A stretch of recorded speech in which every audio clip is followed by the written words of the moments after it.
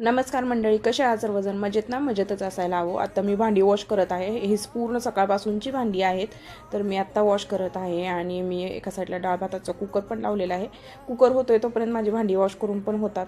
तर मग म्हणलं कुकर होतोय तोपर्यंत भांडी वॉश करून घ्यावीत.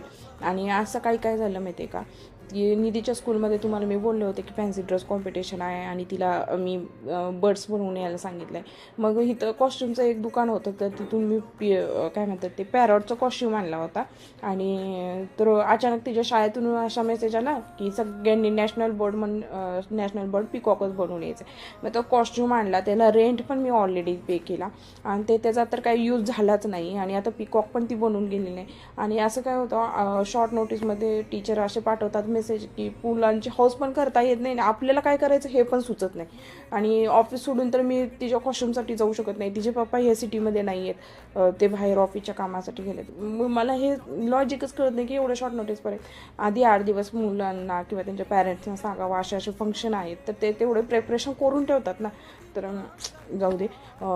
डाळ भात तर मी बनवलेला आहे. या जेवायला तुम्ही सगळ्यांनी. डाळ भात आणि तूप मी घेणार आहे. आणि ही फिक्की जी डाळ आहे ना साईडला मी येलो कलरची काढलेली, ती निधीसाठी काढली. तिला फिक्की डाळ आणि त्याच्यामध्ये मीठ घालून खायला खूप जास्त आवडतं. फक्त शिजलेली डाळ आणि त्याच्यावरती थोडं मीठ स्प्रिंकल करायचं.